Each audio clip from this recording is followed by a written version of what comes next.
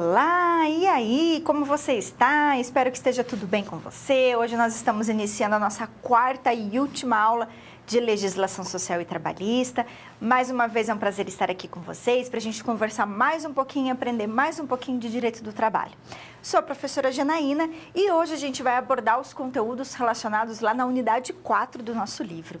Olha lá o tema da nossa aula de hoje: término do contrato de trabalho e autonomia privada coletiva. Então, a gente vai falar de assuntos direcionados à extinção do contrato.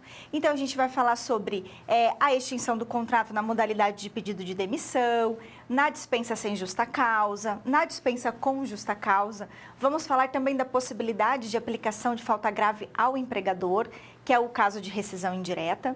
E vamos tratar de temas ligados ao direito coletivo. Daí porque a nossa aula chama-se autonomia privada coletiva.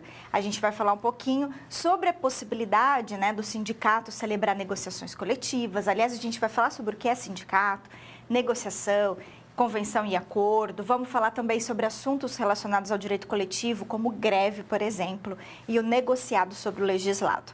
Então, são assuntos muito importantes, assuntos aí que estão no dia a dia do direito do trabalho e que eu tenho certeza que vai ser um conhecimento muito útil para vocês, ok?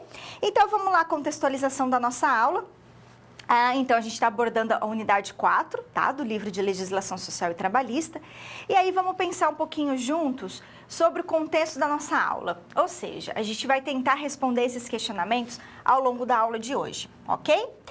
Quais são os efeitos jurídicos, gente, que o aviso prévio tem? O aviso prévio, ele é um instituto, justamente um instituto ligado à extinção do contrato de trabalho. Então, a gente vai conversar um pouquinho sobre o papel dele, né? Enfim, para que serve o aviso prévio, de quem é a obrigação de conceder o aviso, enfim.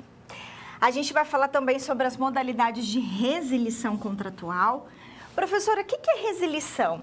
Resilição, gente, é uma nomenclatura que é utilizada por alguns doutrinadores do direito do trabalho, que se refere àquela extinção do contrato em que a gente não tem a presença da falta grave nem da justa causa. Então, na resilição do contrato de trabalho, nada mais é do que uma rescisão em que não tem nem falta grave por parte do empregado, nem falta grave por parte do empregador. O que ocorre, por exemplo, no pedido de demissão, quando o empregado pede a demissão, não tem caracterização de falta grave de ninguém. E quando o trabalhador ele é dispensado sem a justa causa, que é a dispensa comum, por iniciativa do empregador. Também não temos falta grave. Então, quando a gente estiver falando de resilição, nós estamos falando desse tipo de modalidade de rescisão do contrato, tá? A gente vai conversar também um pouquinho sobre isso hoje. A gente vai falar sobre a rescisão indireta, o que é rescisão indireta, como ela existe na prática, como ela ocorre na prática. A rescisão indireta, gente, só para nós entrarmos aí e começarmos a refletir sobre esse tema, ela nada mais é do que a iniciativa do empregado em requerer a demissão dele, mas por culpa do empregador. Então, não é um pedido de demissão a rescisão indireta, não. Porque o pedido de demissão, o empregado simplesmente pede a demissão, sem caracterizar a falta de ninguém. Na rescisão, por isso que chama rescisão indireta, porque indiretamente é o empregado que toma essa iniciativa de romper o contrato, mas de romper o contrato por culpa do empregador. Então, a rescisão indireta ela tem efeitos jurídicos diferentes. Aliás, as verbas rescisórias são diferentes em relação ao pedido de demissão, tá? Então, a gente vai falar também um pouquinho sobre isso. A gente também vai falar sobre a aplicação da justa causa ao empregado, ao trabalhador, quais são aí as diretrizes que devem ser tomadas, o que o empregador precisa fazer para que essa justa causa seja considerada válida. A gente vai conhecer algumas, vamos conhecer também as hipóteses de aplicação de justa causa ao trabalhador, enfim. E vamos falar também da novidade inserida pela reforma trabalhista, que é a extinção do contrato de trabalho por acordo. O que é essa extinção, como ela funciona, enfim. Vamos, então, aí adentrar no tema da autonomia privada coletiva, entendendo qual é o papel do sindicato, qual é o papel das negociações coletivas. Greve, gente, é ou não um direito fundamental? Greve pode, o direito de greve, o direito do exercício, de você poder exercer esse direito de greve. Ele é absoluto, ele é relativo, ele tem que seguir alguns ditames legais, como que funciona? É um direito fundamental do trabalhador. E aí a gente também vai falar sobre o que significa o negociado sobre o legislado, que também é uma grande discussão aí que veio à tona muito fortemente com a reforma trabalhista. Essa discussão já existia antes, mas com a reforma trabalhista ela acabou sendo assim mais específica, para a gente pensar justamente o que é essa reforma, o que é esse negociado sobre o legislado. Nada mais é do que uma negociação coletiva, por exemplo, né, feita por meio da participação do sindicato, em que as matérias feitas nessa negociação coletiva se sobrepõem sobre o que está previsto em lei, ainda que seja menos benéfico, tá? Então a gente vai conversar sobre os limites dessa negociação sobre o legislado, porque obviamente que tem limites. Não significa dizer que agora o empregador pode se reunir com o sindicato, fazer qualquer tipo de negociação e vai valer mais que a lei. Não é bem simples assim. Então a gente vai entender quais são os limites disso, tá bom? Esses são os assuntos então da aula de hoje. Eu espero que vocês estejam animados e eu espero vocês então no próximo bloco.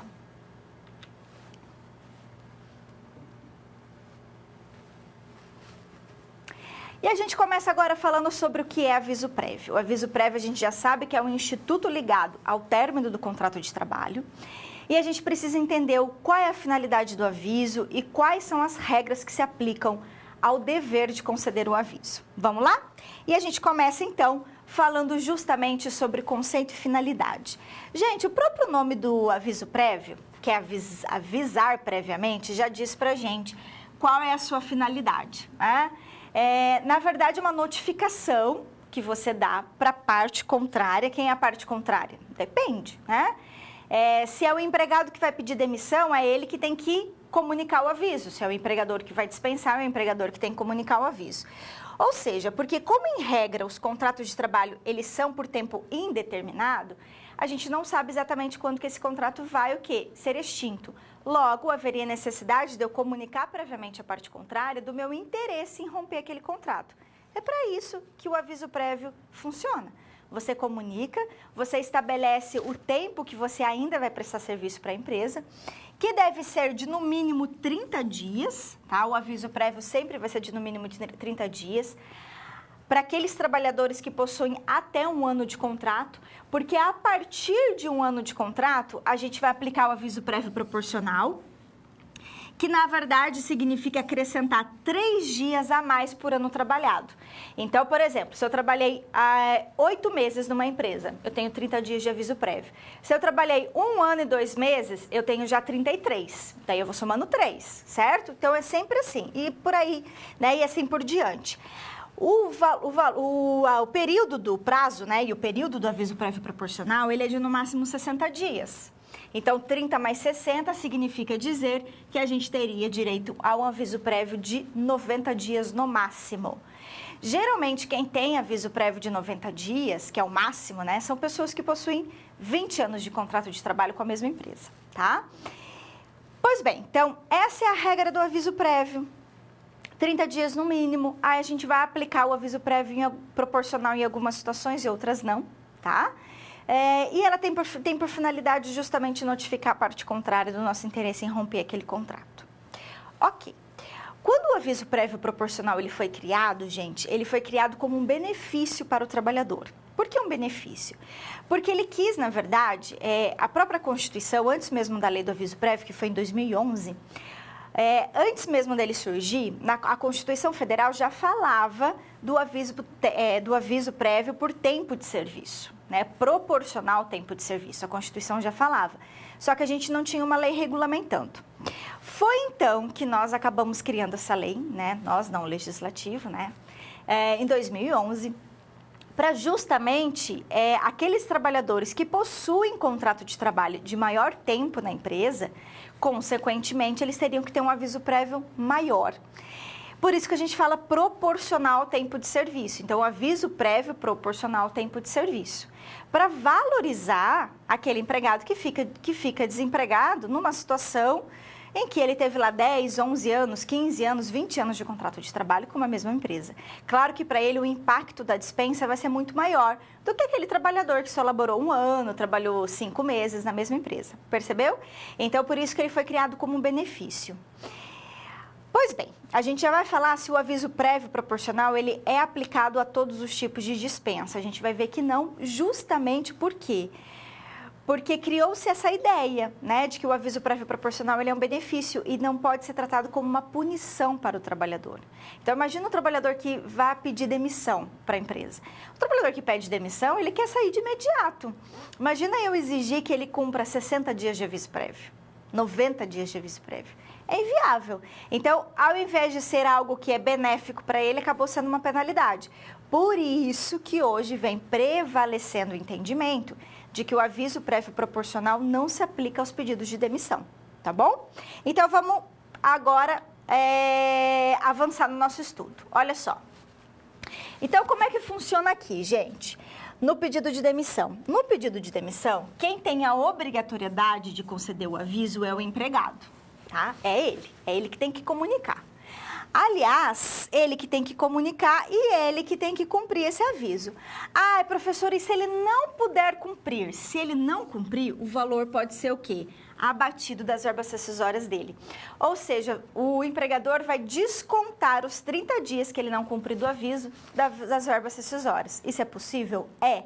Mas se o empregador não quiser, ele pode, só que é uma mera liberalidade dele, dispensar o trabalhador de cumprir o aviso prévio. Simplesmente dispensa, fala, não, então você não precisa cumprir. Só que aqui nessa situação, é uma faculdade do empregador, ele não é obrigado a fazer isso, né? Então, ele vai dispensar se ele quiser, tá? Agora, se ele quiser exigir que seja cumprido o aviso e o empregado não cumprir, pode descontar o valor nas verbas rescisórias. E aí, como eu já havia falado para vocês, tem prevalecido o entendimento de que o aviso prévio proporcional não se aplica aos pedidos de demissão. O tema ainda é controvertido, porque ainda tem pessoas que defendem e há decisões judiciais nos tribunais nesse sentido, mas vem prevalecendo que não, tá? O entendimento que prevalece é que não se aplicaria aos pedidos de demissão, ok? Nós estamos, inclusive, já caminhando para pacificar esse entendimento nos tribunais superiores, né? Principalmente no TST. Legal? Bacana. E na dispensa sem justa causa, vamos ver? Na dispensa sem justa causa, gente, o aviso prévio proporcional eu vou aplicar sem dúvida alguma, tá? E na dispensa sem justa causa, o dever de conceder o aviso é do empregador, porque é ele que está dispensando o empregado. Então, é ele que tem que comunicar a dispensa, é ele que tem que dar o aviso, tá? O aviso, ele pode ser, na dispensa sem justa causa, indenizado ou ele pode ser trabalhado, ok? Se trabalhado, o empregado pode escolher em, então vamos lá entender, reduzir 2 horas diárias de trabalho, sem prejuízo do salário dele, ou ausentar-se nos últimos 7 dias restantes do aviso. Por que existe essa possibilidade para o empregado durante o aviso prévio dele, se ele for cumprir trabalhando? Para que ele possa buscar uma nova colocação no mercado. É para isso que existe, tá? Pois bem, então ou ele reduz ou ele se ausenta nos 7 últimos dias. É possível ainda a retratação do aviso prévio. Retratação do aviso significa voltar atrás, né? É possível desde que a outra parte concorde. Obviamente que a outra parte tem que concordar, porque se ela não concordar, o aviso prévio se mantém, tá? E outra coisa, o aviso prévio não pode ser cumprido em casa. Se for cumprido em casa, você vai ter que pagar novamente como verba indenizatória. Por que ele não pode ser cumprido em casa? A não ser no caso de home office, teletrabalho, que a pessoa já estava laborando em casa. Aí é outra situação. Eu estou falando naquela situação em que você não aguenta mais ver a cara do empregado, você não quer mais saber dele, você fala para ele, cumpre esse aviso lá na tua casa, não precisa nem vir trabalhar. Não pode, tá, gente? Não pode, por quê? Porque desvirtua o instituto. Já temos entendimento pacífico de que não pode ser cumprido em casa. Então, ou se você não quiser mais olhar para a cara do empregado, se você não quiser mais que ele preste serviço, você tem que indenizar o aviso e não falar para ele cumprir em casa, tá bom? É isso, meus queridos, e com isso, então, eu fecho a nossa discussão de aviso prévio.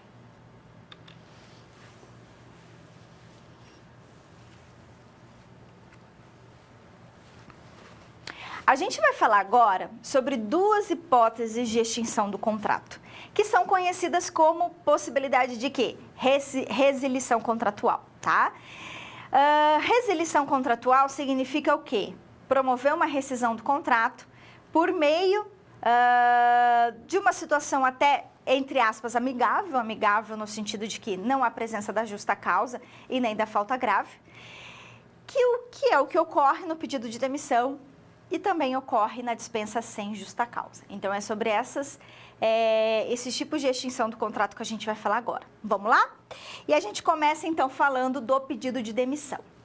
Gente, pedido de demissão, o aviso prévio tem que ser concedido pelo empregado, é ele que tem que comunicar previamente o empregador do seu interesse em romper o contrato, tá? É facultado ao empregador dispensar o empregado do cumprimento do aviso.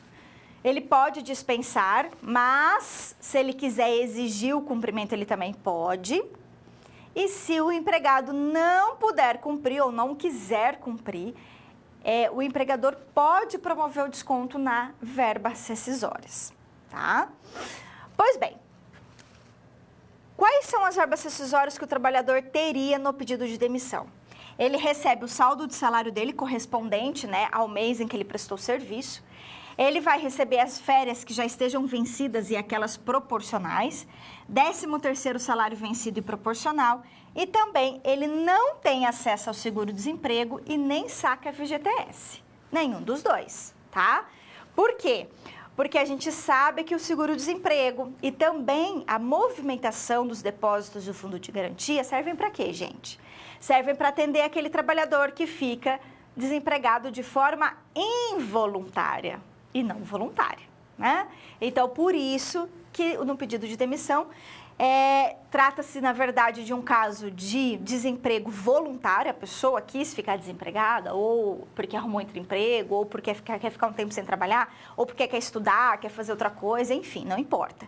O fato é que você acaba fazendo isso, né? Então, você pede a demissão, logo foi você que criou essa situação. É o trabalhador que criou a situação do desemprego.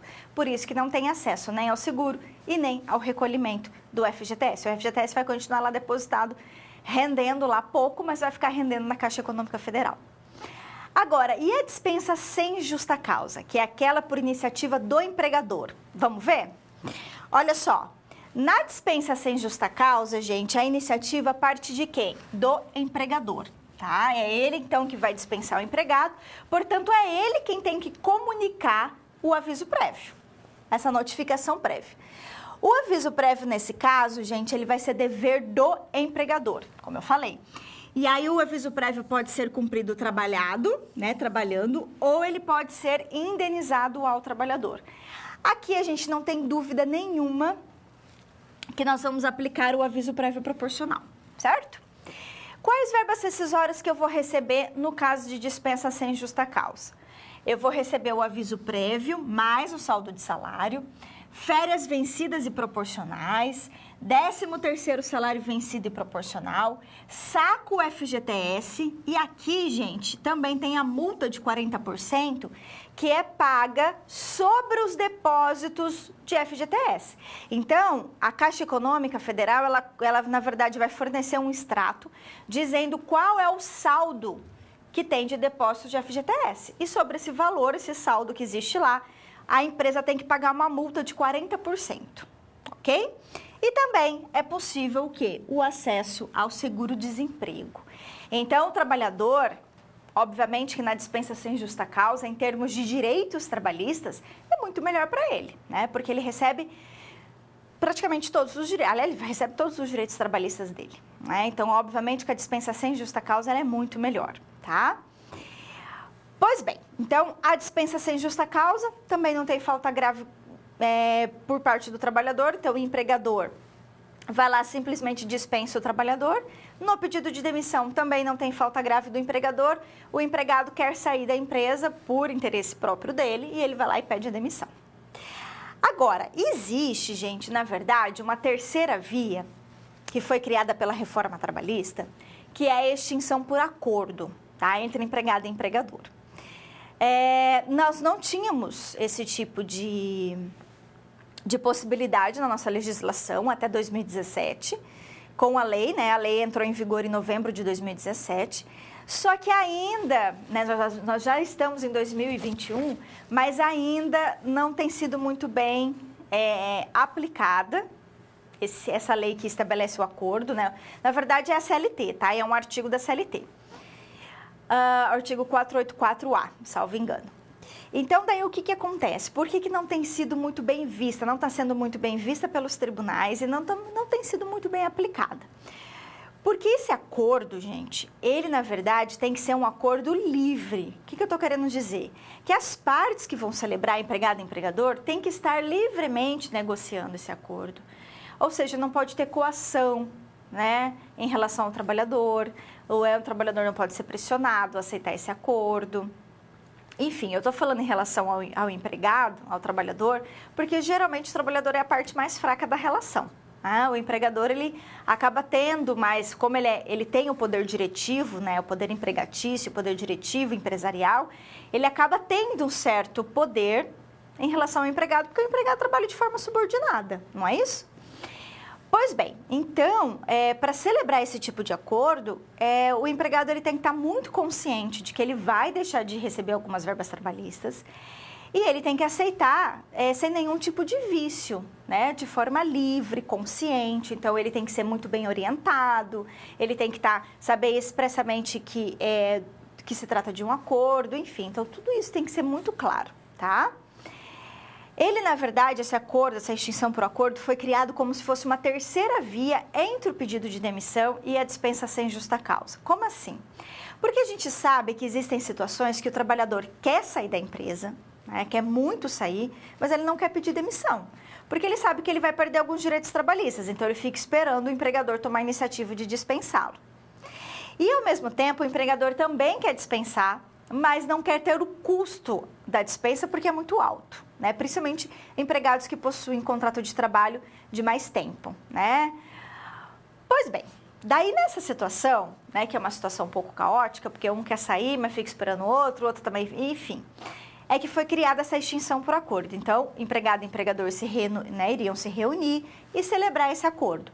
O empregado perde alguns direitos, mas o empregador também vai ter que pagar mais, vai ter um custo maior em comparação ao pedido de demissão do empregado, tá? Então, por isso que é um meio termo ali entre os dois, tudo bem? Então, vamos lá ver quais são as verbas trabalhistas. Olha só, então ele pressupõe, gente, um acordo livre e um acordo sem vícios, tá? Mas aí esse acordo, olha só o que o trabalhador vai ter direito. Ele recebe o aviso prévio, se indenizado pela metade. Então, se o aviso prévio for indenizado, vai receber a metade. A multa do fundo de garantia também é metade, é só de 20% e não de 40%, tá? Ele movimenta apenas 80% dos valores depositados de FGTS. Então, ele vai conseguir sacar o FGTS, mas não integralmente, só saca 80%. Não tem acesso ao seguro-desemprego, sem acesso, mas as demais verbas trabalhistas serão pagas na integralidade. Então, vocês percebam que a extinção por acordo é um pouquinho mais benéfica que o pedido de demissão, mas ela é menos benéfica que a dispensa sem justa causa. Por isso que ela é um meio termo, tá? Mas aí lembrando que esse acordo, para que ele seja considerado válido, para que não tenha problema, não seja invalidado depois na Justiça do Trabalho, é importante o quê, gente? Que seja livre, que o empregado esteja muito consciente no momento de celebrar, tá bom? É isso, meus queridos, e eu fecho o nosso bloco.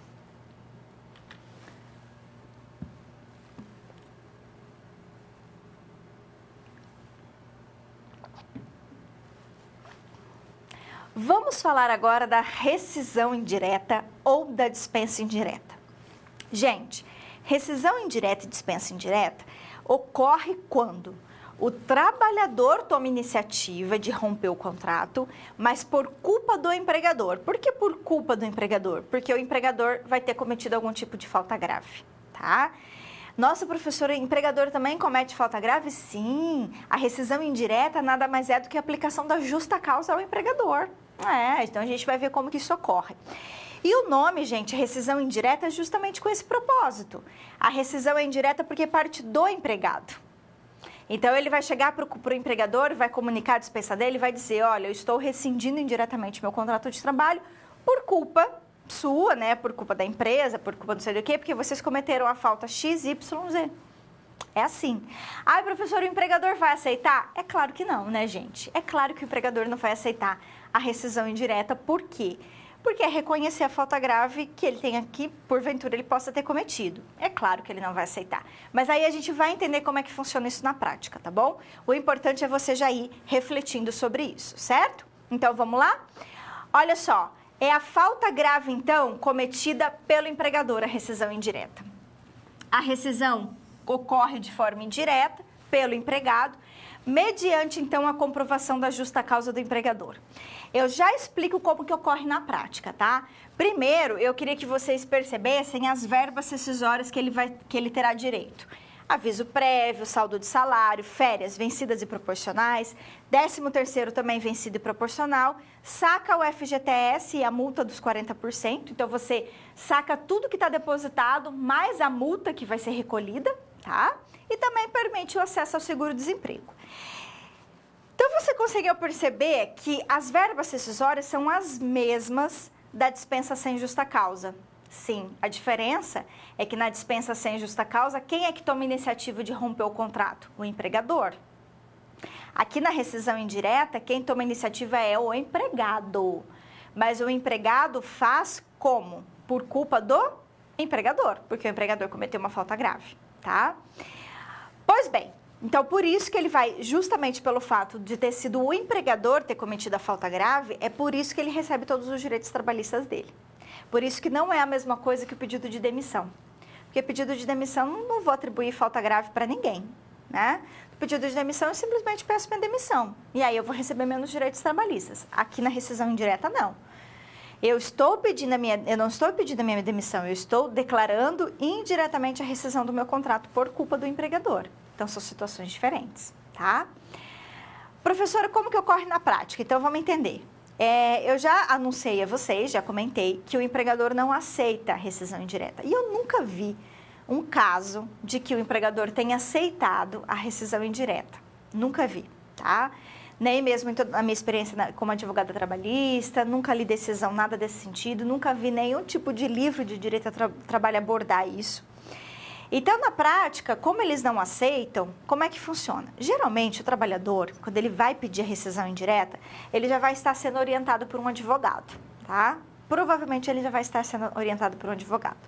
Então, o que ele vai fazer? Ele vai escrever uma comunicação por escrito e vai entregar para a empresa, ou para o empregador dele, para o chefe dele, departamento pessoal, recursos humanos, onde for mais adequado, né? Aí vai depender de cada empresa, para quem tiver a atribuição, a responsabilidade de receber essa comunicação. Recebeu essa comunicação, o que vai estar nessa comunicação? Ele dizendo, olha, eu estou rescindindo o meu contrato de forma indireta, com base no artigo tal da CLT, porque o empregador cometeu a falta grave tal, com base nas alíneas tal do artigo 483 da CLT. E eu vou aguardar o prazo de 10 dias para receber minhas verbas rescisórias.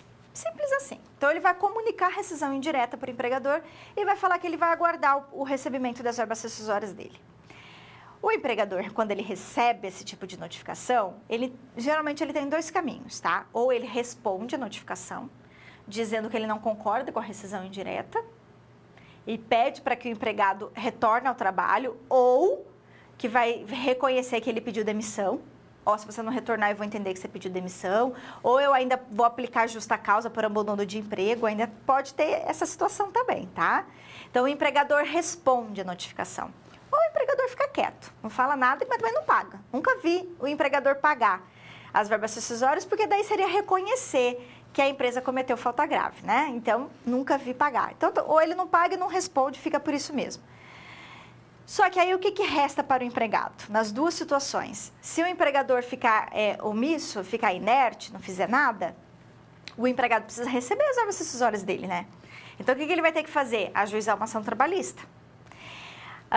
E se o empregador responder a notificação, dizendo que não concorda, o que cabe ao empregado? Também entrar com uma ação trabalhista. Então, na prática, gente, a rescisão indireta só cabe sendo resolvida no judiciário, tá?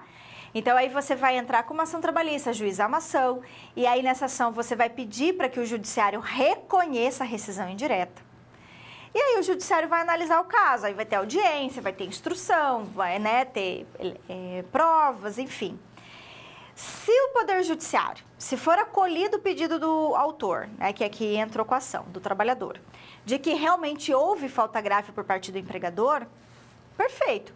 Então, em sentença, o juiz vai reconhecer a rescisão indireta e vai determinar o pagamento das verbas rescisórias. Ok, a empresa vai pagar, certo?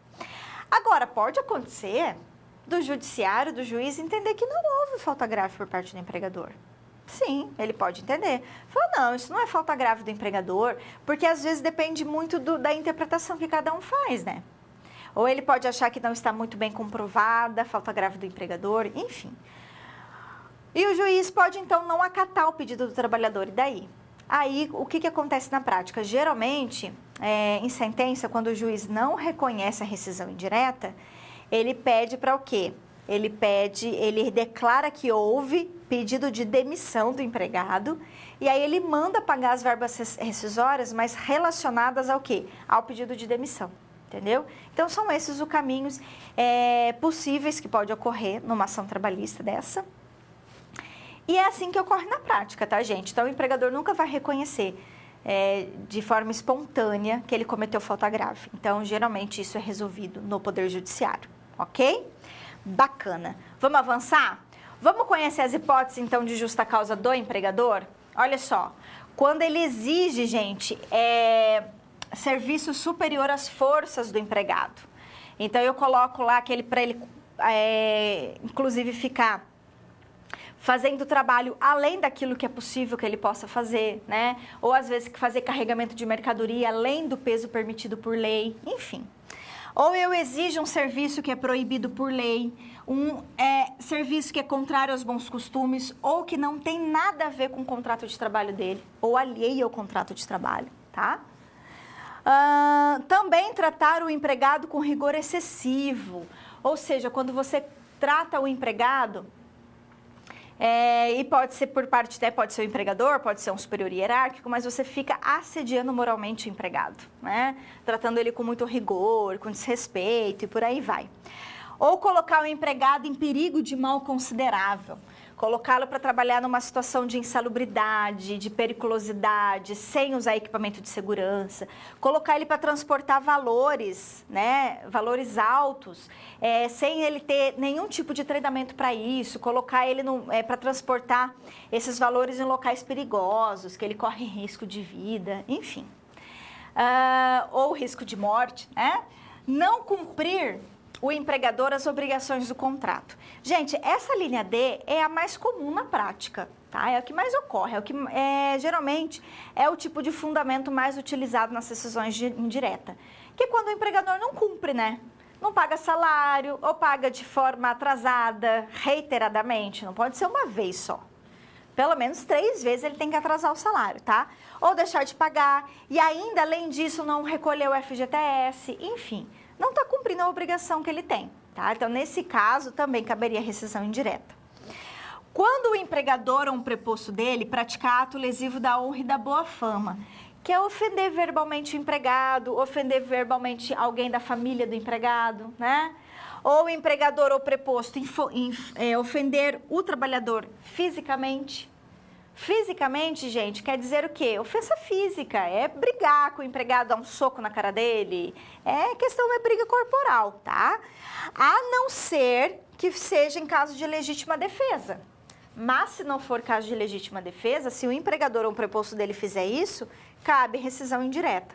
E quando o empregador reduz o trabalho do empregado, quando ele já recebe por peça ou tarefa, ou seja, ele recebe por produtividade, e aí você reduz a forma de ganho dele para justamente afetar o salário dele, tá?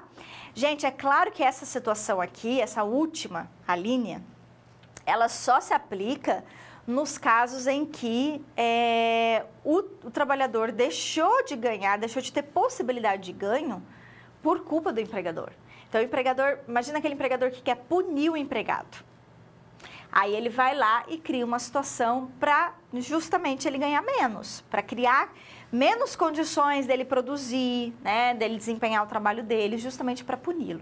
Não estamos falando aqui em situação de crise financeira, crise econômica, que a gente sabe que pode ter uma redução, porque se o trabalhador ganha por produtividade, e nós estamos numa crise econômica, pode ser que afete o salário dele, mas não é essa situação que está contemplada pela lei.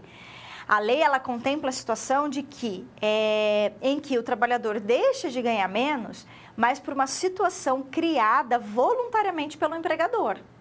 Aquele vendedor, por exemplo, que atende 2 regiões na cidade. Aí o empregador, para querer puni-lo, retira uma região dele e passa para outro vendedor. Nós estamos falando desse tipo de situação, tá? Sem nenhum tipo de justificativa. Ele retira porque ele quer punir aquele trabalhador, de alguma forma. Aí, esse caso aqui caberia rescisão indireta, tá bom? É isso, e eu fecho, então, a nossa discussão.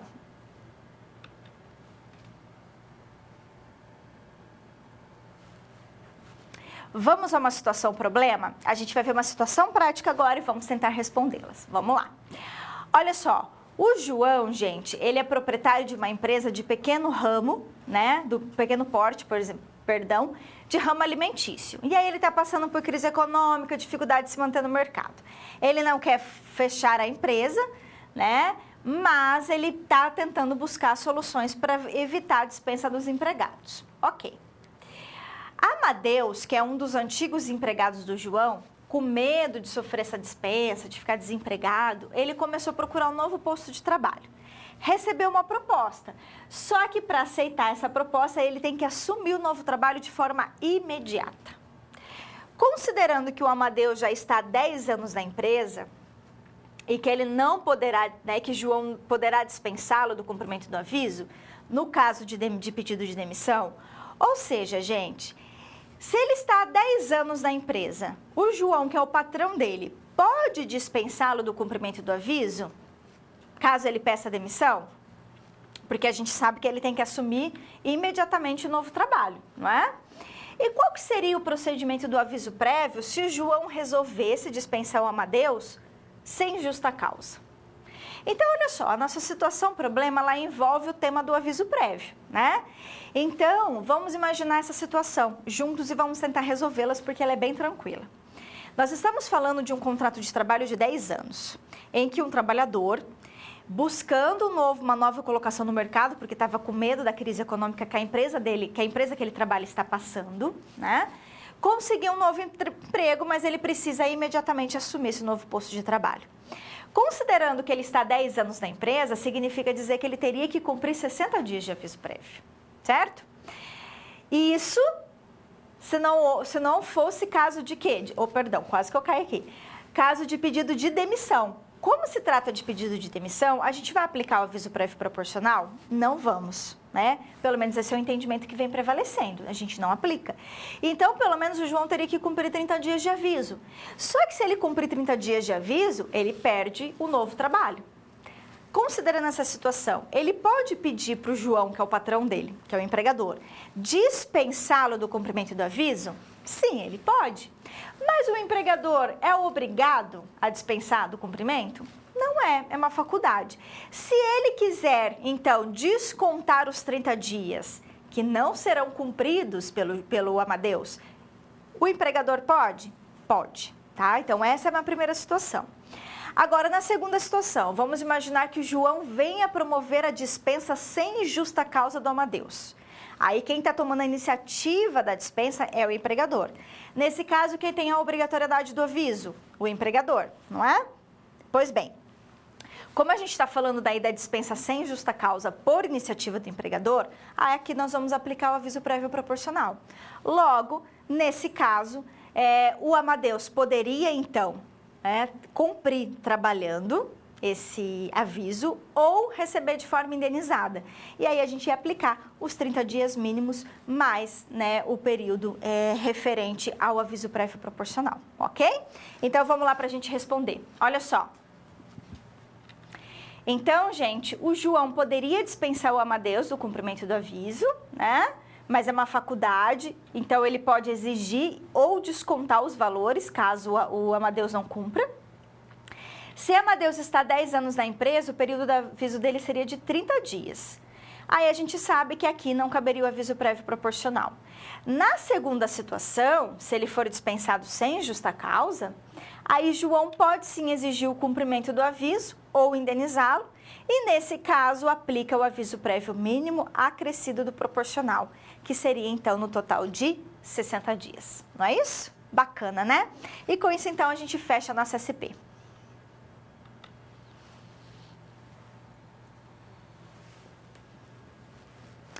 Vamos ao momento de interação? Sim, agora nesse momento de interação a gente vai tentar aplicar nosso conhecimento, resolvendo essa questão aqui que envolve a rescisão indireta. Gente, façam a leitura dessa assertiva e verifiquem se ela é ou não um caso de rescisão, ou seja, uma hipótese de rescisão indireta. Se for, aí essa assertiva está correta. Se não for, ela estará errada, ok? Eu vou dar 1 minuto para você fazer e eu volto daqui a pouco.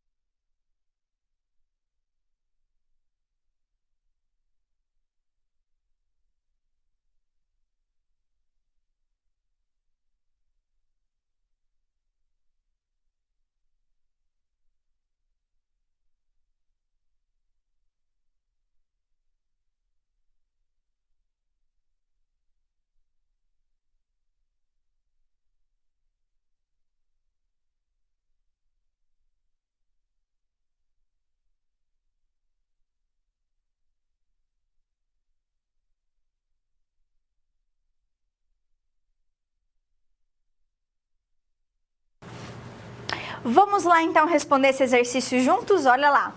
Gente, colocar um trabalhador para correr perigo manifesto de mal considerável é hipótese de rescisão indireta? De falta grave do empregador? Sim, é. Portanto, a primeira parte está correta. Agora, a segunda diz assim, ou não concordar com as obrigações do contrato de trabalho. Não concordar com as obrigações de contrato de trabalho é hipótese de rescisão indireta? Não, gente. É não cumprir, né? É o empregador não cumprir e não concordar, né?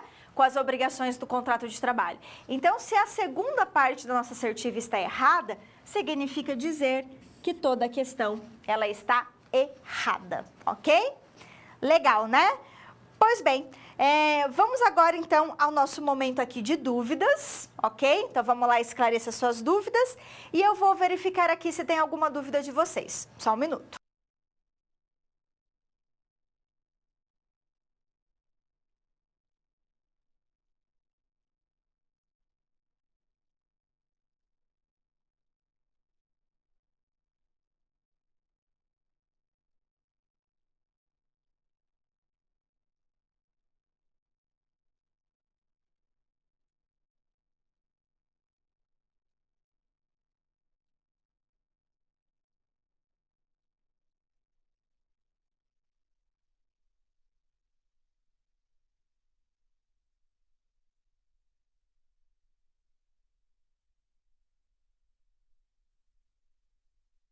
Olá, meus queridos, eu tenho aqui uma dúvida dos alunos de São José dos Campos, São Paulo. Um abraço aí para os alunos de São José dos Campos, perguntando o seguinte: e se no curso do aviso prévio que eu esteja cumprindo venha sofrer um acidente de trabalho? O que acontece?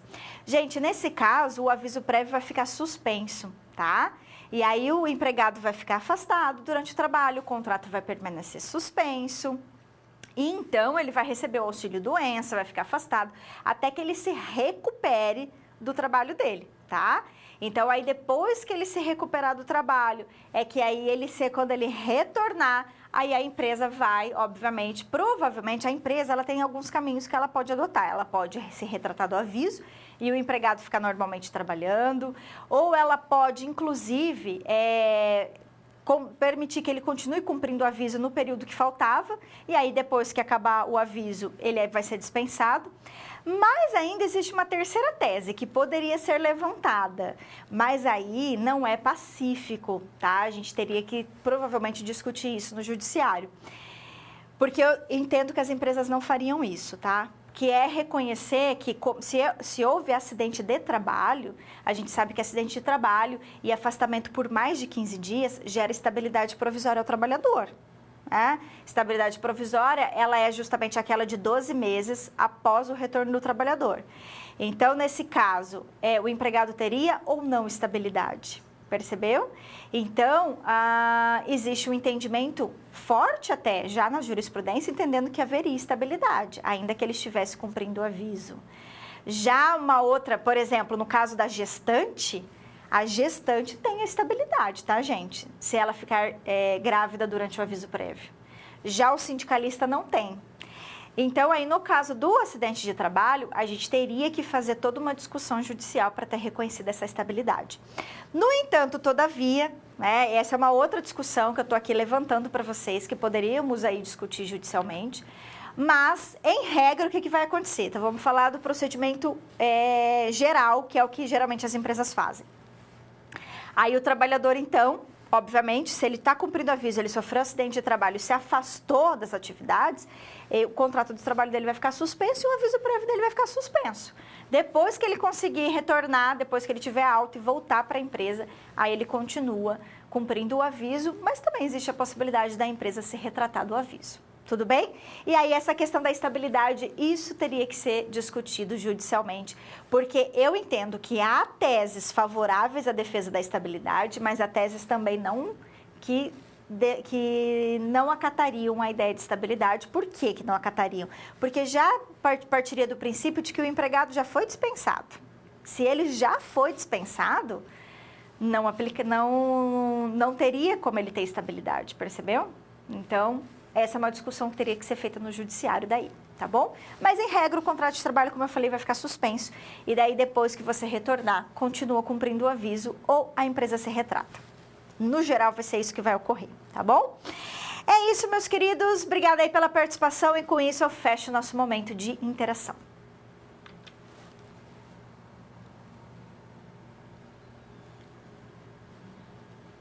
Dispensa do empregado por justa causa. A gente vai falar agora de um tema muito importante, que é o envolvimento e aplicação da justa causa do empregado. Vamos conhecer as hipóteses previstas em lei que permitem a justa causa ao trabalhador e vamos entender também sobre o procedimento da aplicação da justa causa, tá? Então, vamos lá começar. E a gente começa, gente, lembrando que a justa causa, ela é, na verdade, a pena máxima que a gente está aplicando ao empregado. Por isso, ela tem que ser comprovada pelo empregador.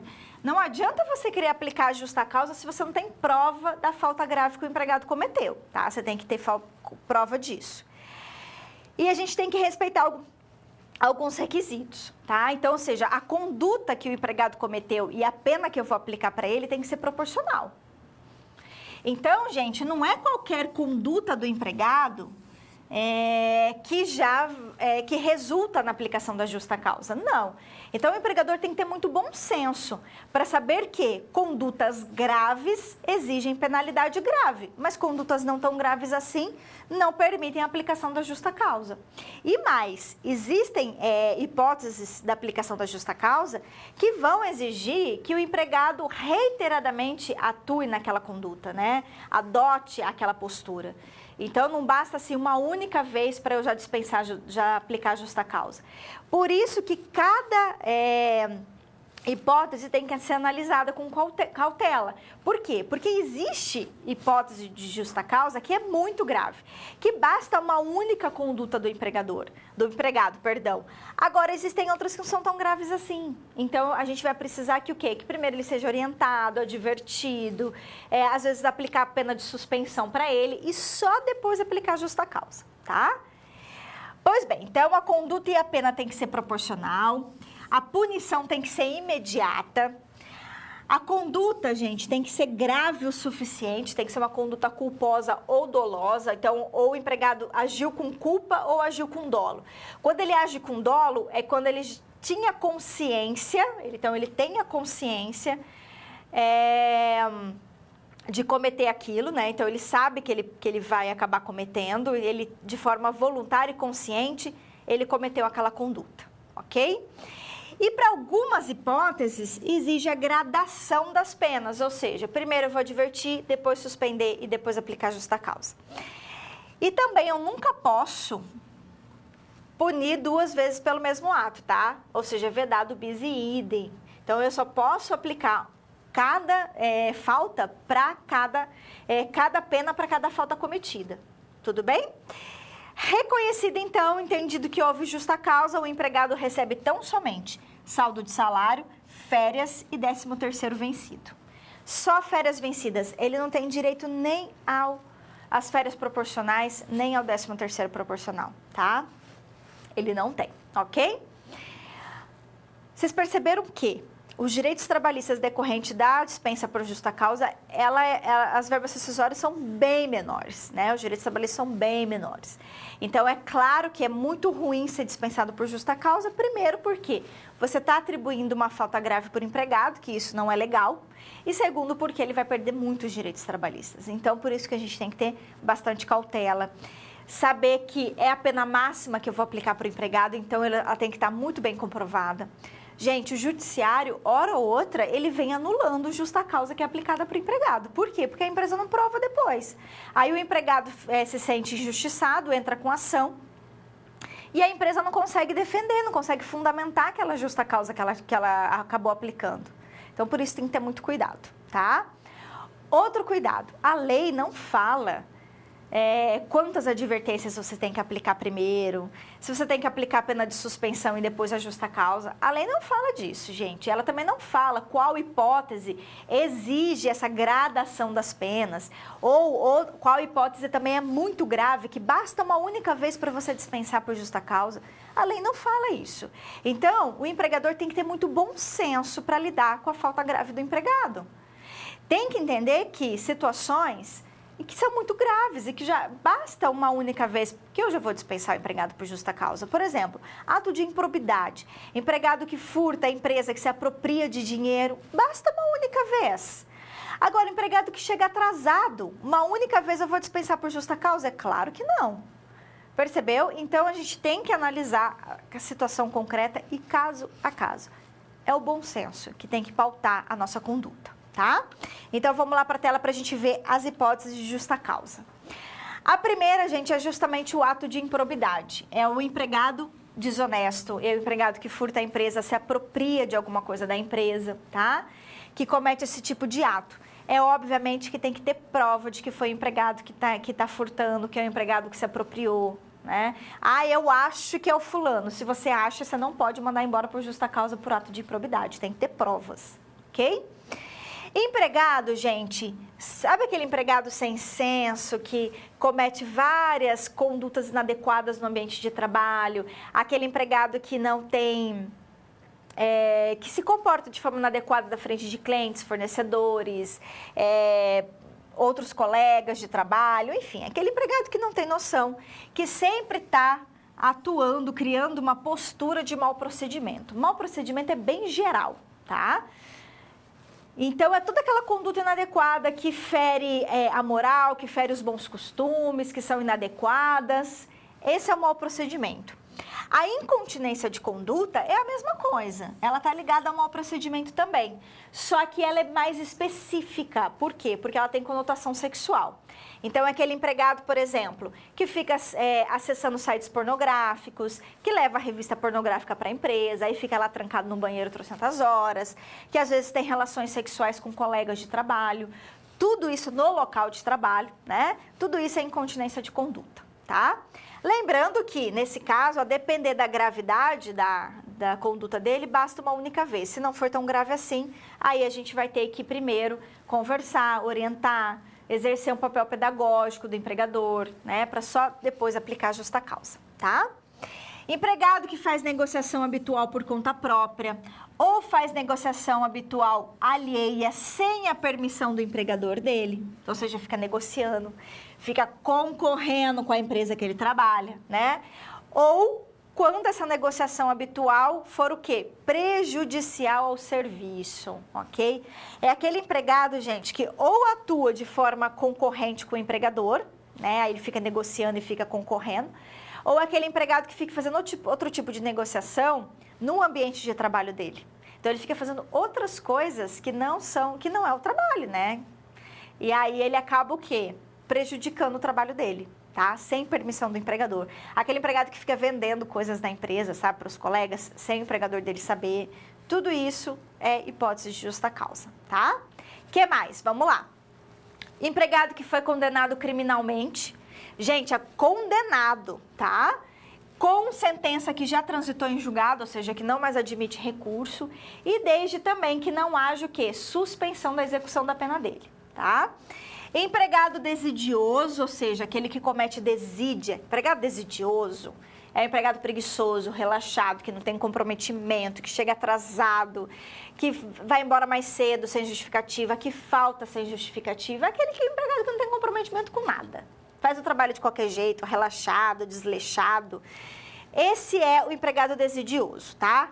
Desídia exige conduta reiterada. Então, primeiro eu vou aplicar advertência, né? Posso aplicar uma advertência verbal, depois uma advertência por escrito, aí eu suspendo, e mesmo assim, se ele continuar desidioso, aí é que eu vou aplicar justa causa, tá? Empregado que tem embriaguez habitual ou a embriaguez em serviço. Só que aqui, gente, temos que tomar muito cuidado, tá? A lei fala só embriaguez, mas também se aplica para dependência de entorpecentes também, tá? Para dependência química.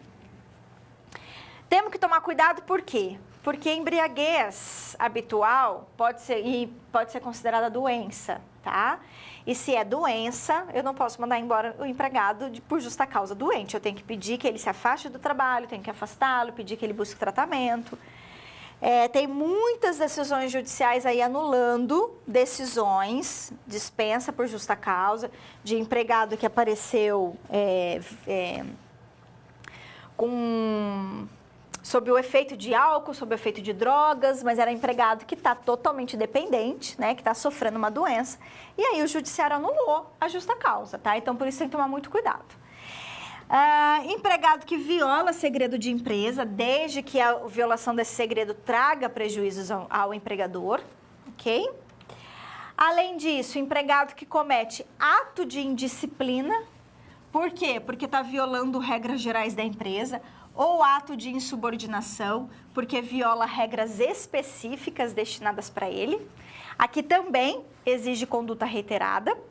Empregado que abandona o emprego por mais de 30 dias e tem que ter o ânimo de abandonar. O que é ânimo? O empregado quer abandonar. Não é aquele empregado que está doente, está esperando o resultado do auxílio-doença, a perícia no INSS. Não é esse caso. É aquele empregado que simplesmente não foi mais trabalhar, você liga para ele, manda um trabalhador lá na casa dele, pede para ele voltar e ele não volta, tá? Isso é abandono de emprego.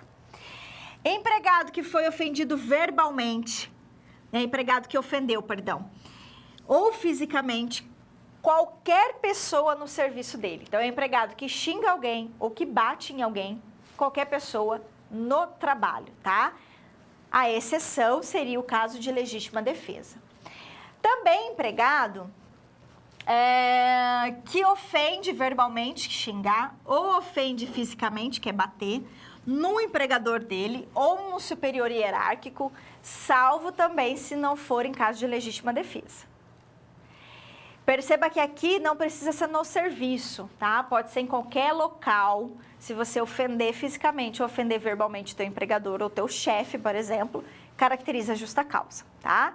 Empregado que realiza prática constante de jogos de azar, aquele empregado viciado em jogos, né? Mas é claro que tem que trazer prejuízo para o trabalho, porque o empregador não tem nada a ver com a vida pessoal do trabalhador.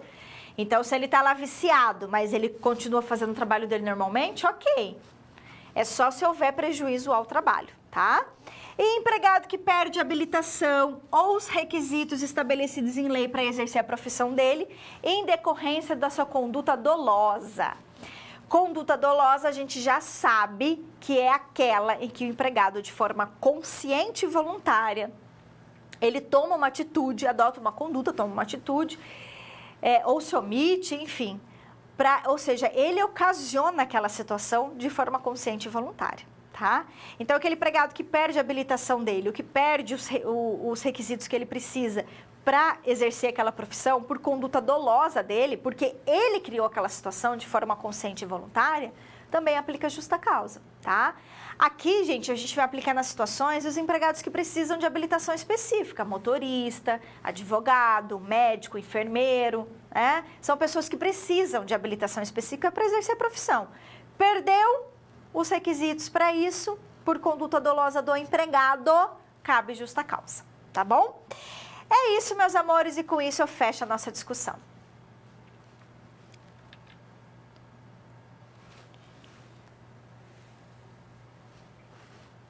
Direito coletivo do trabalho. Agora a gente vai falar de temas relacionados ao direito coletivo. Vamos começar. E a gente começa falando sobre o que é sindicato. Gente, sindicato é uma associação, tá? Que pode ser de pessoa física, pode ser de pessoa jurídica, que exerce uma atividade profissional ou econômica para defender os seus direitos e interesses, tanto judicialmente quanto administrativamente. Geralmente, um sindicato de pessoas físicas é o sindicato dos trabalhadores e de pessoa jurídica é o sindicato dos empregadores, tá? Em regra é assim. O sindicato ele pode se formar como? Por categoria econômica, por categoria profissional ou por categoria profissional diferenciada. O sindicato de categoria econômica é o sindicato do empregador, dos empregadores. Então, os empregadores, aquele ramo, aquela atividade econômica se une para criar seu sindicato. O profissional é o sindicato dos trabalhadores, tá? Então, eu posso criar um sindicato profissional mais amplo, sem identificar uma profissão específica, ou eu posso criar um sindicato de categoria profissional específica, diferenciada, que a gente chama, que é aquele sindicato que vai ser de uma profissão única, que geralmente é uma profissão regulamentada por lei, por um estatuto, né? Por exemplo, o sindicato dos professores, que é só aquela categoria, tá bom? Gente, a Constituição Federal, ela veda a criação de mais de um sindicato que represente uma mesma categoria profissional ou uma mesma categoria econômica no mesmo município. Então, se no município X eu já tenho um sindicato dos trabalhadores da educação, por exemplo, né, dos professores, eu não posso ter dois, é sempre um. Esse é o princípio da unicidade sindical, tá? Os sindicatos, eles têm a incumbência, né, de realizar, de promover negociação coletiva. A negociação coletiva, ela pode ser de duas ordens. Eu posso fazer uma convenção ou um acordo.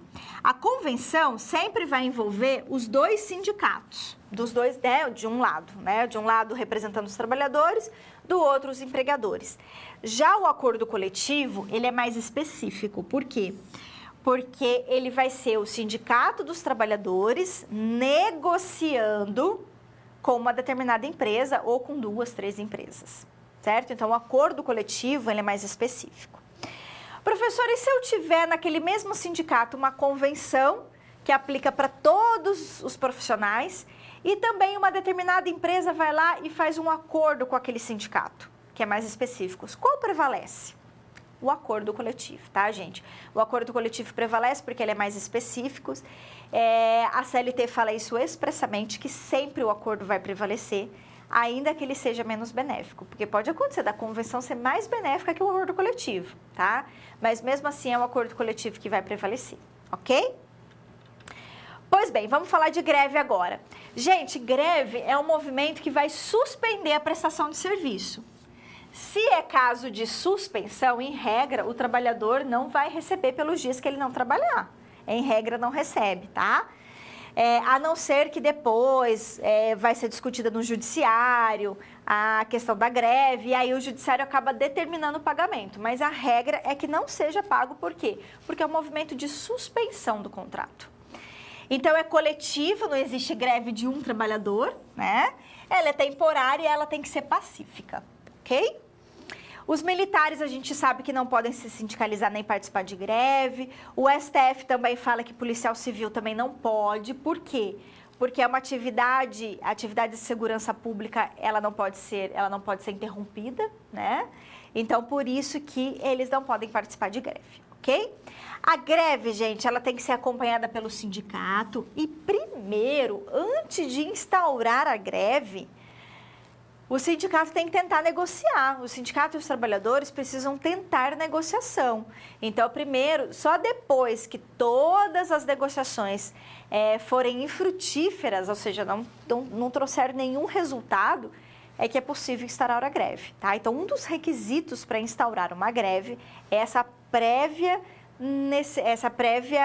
possibilidade, né, de negociação, tá bom? Além disso, quando se resolver a adoção da greve, né, ou seja, resolver que a greve vai ser instaurada, a gente precisa comunicar o empregador, os meios de comunicação, no prazo de 48 horas de antecedência. E se for caso de serviço essencial, como serviço de transporte, serviço de compensação bancária, serviço de distribuição de medicamento, né, telecomunicações, quando isso for ainda serviço essencial, o prazo de comunicação é maior, é de 72 horas, tá? E aí o grevista, ele pode empregar qualquer meio pacífico, né, para convencer os outros a aderirem à greve. Ele pode arrecadar fundos, ele pode fazer a livre divulgação do movimento, ele pode fazer tudo isso, tá, gente? O que ele não pode é cometer atos de vandalismo, né? O que ele não pode é iniciar a greve sem fazer a comunicação para o empregador, para o sindicato dos empregadores. Então, é necessário que sigam esses requisitos legais, que sigam esses caminhos previstos em lei, para que a greve não seja considerada abusiva, tá bom? É isso, meus queridos, e com isso, então, eu fecho a nossa discussão.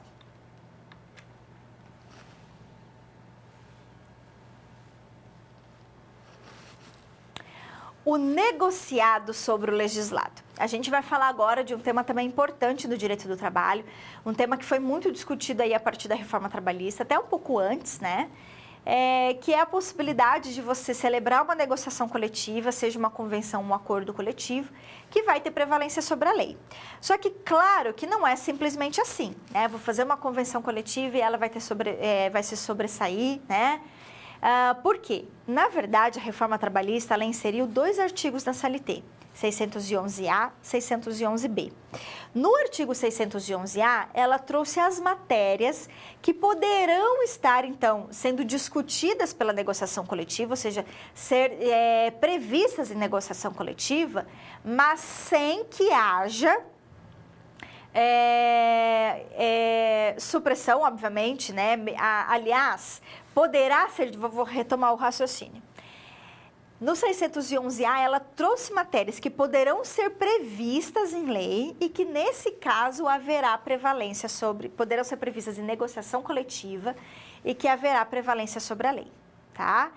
E no artigo 611B, ela vai elencar matérias que não podem ser previstas em negociação coletiva, quando houver o quê? Supressão de direitos, entendeu? Então, tem um limite, tá, gente? Primeiro, não é qualquer matéria que eu posso estabelecer em negociação coletiva que vai se sobrepor à lei. Primeiro aspecto. Segundo, além dessas matérias, de não ter qualquer matéria que pode ser colocada, existe ainda uma vedação de outras matérias que não podem ser previstas em negociação, principalmente se houver redução e supressão de direitos. Tudo bem? Então, vamos melhorar um pouco o nosso conhecimento sobre isso. Vamos lá. Olha só. Então, o que acontece aqui? Nós temos, gente, então, o artigo 611A, como eu falei, que vai dizer que a convenção e o acordo vão ter prevalência sobre a lei quando dispuser sobre essas matérias, tá? Aliás, é importante que vocês façam a leitura desse artigo depois. Eu trouxe aqui alguns exemplos. Então, estipular regras de banco de horas, estipular regras de produtividade, de remuneração, né? De enquadramento da insalubridade. O que é enquadrar a insalubridade? É falar, por exemplo, que a função, deixa eu colocar aqui porque tá meio ruim para escrever ali, que a função X, ela tem o quê? Grau mínimo. Ou que a função... ficou linda a minha letra, né? Mas tudo bem. Que a função tal de taxa de coleta de lixo vai ter o grau médio ou vai ter o grau máximo, ou seja, isso é enquadrar insalubridade, tá? Então, essas matérias eu posso prever em convenção e acordo e vai ter prevalência sobre a lei. Já o artigo 611b vai dizer que a convenção e o acordo não poderão dispor sobre essas matérias previstas nesse artigo 611b, que é importante que vocês leiam também. Quando houver o quê, gente? Redução de direitos.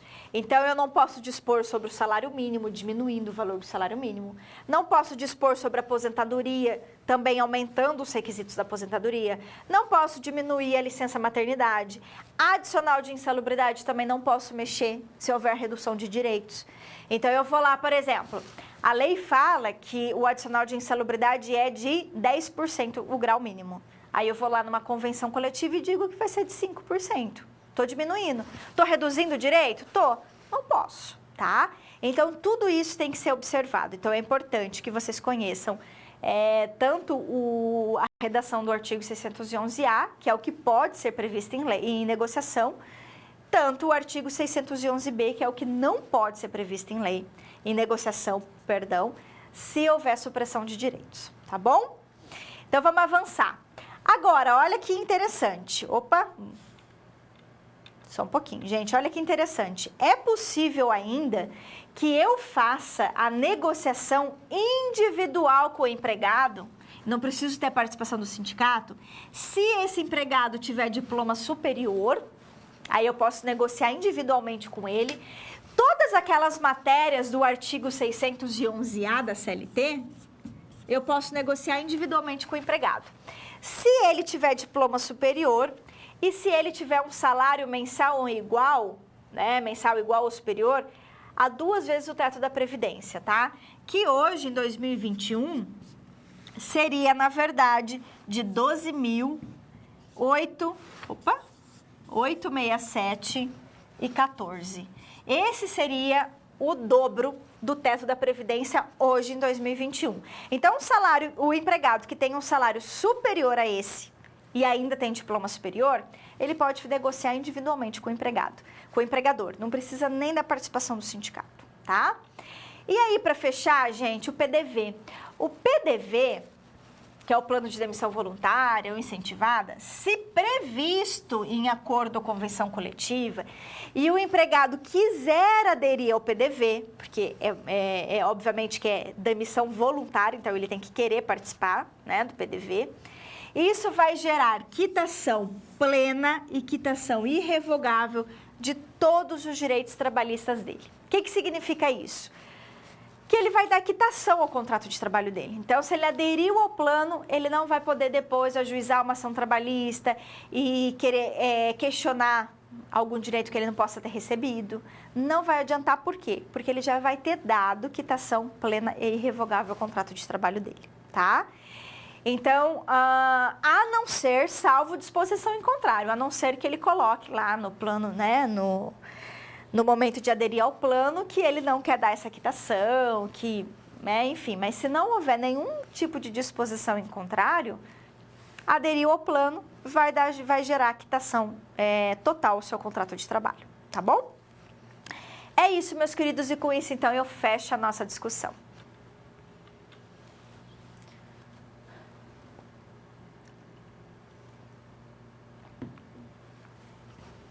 Vamos a mais uma situação problema? Legal. Então, vamos ler essa situação prática juntos e tentar resolvê-las. O João, gente, que é um empresário lá do ramo alimentício, né, tá passando por crise econômica. Aí o sindicato, né, do ramo alimentício, buscando auxiliar o João a enfrentar uma crise, propôs que houvesse a celebração de um acordo coletivo. Então, acordo coletivo a gente sabe que envolve uma negociação entre o sindicato dos trabalhadores e a empresa do João, né? Porque o acordo coletivo ele é específico. Ok. O que queria prever nesse acordo coletivo? Um plano de demissão voluntária, gerando quitação plena e irrevogável dos direitos da relação de emprego. E também para incentivar os trabalhadores, propor uma modalidade de remuneração por produtividade. Aí eu pergunto, gente, a empresa do João e o sindicato podem estabelecer esse referido acordo coletivo, prevendo essas cláusulas? Sim, é totalmente possível. O PDI, que é o Plano de Demissão Voluntária, se previsto em acordo, é possível que haja, então, a disposição dessa quitação geral e ampla do contrato de trabalho, da relação de emprego. Tá? Isso já está proposto no artigo 477B da CLT. E mesmo antes da CLT prever isso, porque isso foi uma inovação da reforma trabalhista, mesmo antes disso, o STF já vinha entendendo que quando o PDV fosse previsto em acordo coletivo ou em convenção coletiva, o fato do empregado aderir ao plano gera quitação ampla e irrevogável de todos os direitos deles decorrentes da relação de emprego. Então, assinou o PDV, não pode reclamar de mais nada, tá? Então, é possível prever isso em negociação coletiva? Sim. É possível também prever no acordo coletivo a remuneração por produtividade? Também. Está lá prevista no artigo 611A da CLT. É uma das matérias em que pode ser estabelecida em acordo coletivo ou em convenção e que vai se sobrepor à lei, tá bom? Então, tranquilo, o João e o sindicato podem sim promover esse acordo e prever essas cláusulas, certo? Então, vamos lá para a gente fechar. Olha só. Então, gente, depois vocês façam uma leitura, né, do nosso material, é justamente aí o que eu acabei de explicar para vocês. É possível prever o plano de demissão voluntária, também é possível prever a remuneração por produtividade para, inclusive, estimular os empregados, tá bom? Já que a produção vai ser por produtividade, não é? E com isso, então, eu fecho o nosso momento da nossa situação problema.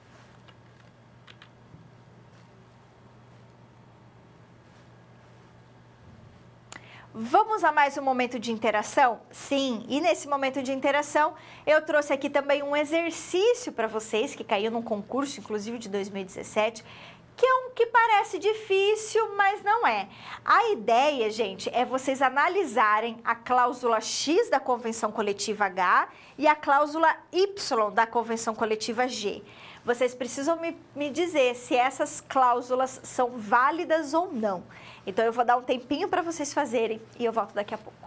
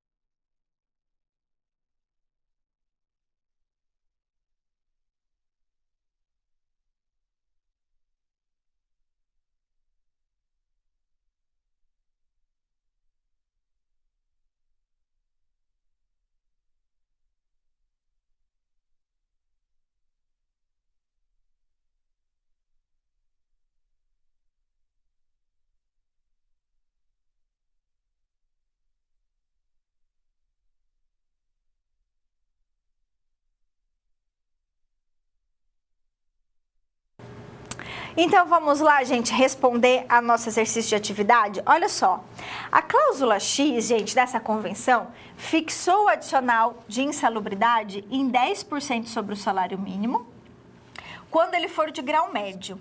Já a cláusula Y, ela estabeleceu o adicional de insalubridade proporcional ao tempo de exposição, no valor de 5%, 10% e 15%, se ele for mínimo, médio ou máximo. Gente, vamos tentar lembrar que a lei, ela fala pra gente que o adicional de insalubridade é de 10, de 20 e de 40. Grau mínimo, grau médio, grau máximo, certo? Aí eu pergunto para vocês, a cláusula X, quando ela falou que o adicional de insalubridade vai ser de 10% no grau médio, a lei fala que o grau médio é de 20%. Ela reduziu direitos? Reduziu. Eu posso mexer no valor do adicional reduzindo direitos? Não, a lei veda que eu faça isso. A previsão está lá no artigo 611B da CLT, não posso. Então, a cláusula X é válida? Não é. Da mesma forma, a cláusula Y, ela mudou o valor, ela diminuiu o valor do adicional. Olha só, de 10 que a lei impõe, ela mudou para 5, a lei fala que é 20 grau médio, ela colocou 10, e a lei fala que é 40% o grau máximo e ela estabeleceu como 15%. Então, ela suprimiu direitos. Então, tanto a cláusula X quanto a cláusula Y são o quê? Consideradas cláusulas inválidas. Portanto, a nossa resposta é letra D, ambas são inválidas, tá bom? Certo, meus queridos? Tranquilo, né? E com isso, então, eu fecho o nosso momento de interação.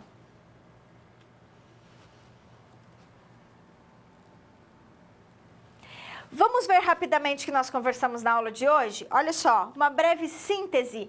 A gente falou de temas relacionados à extinção do contrato, como aviso prévio. Vimos a modalidade de dispensa sem justa causa e pedido de demissão e a extinção por acordo, não é?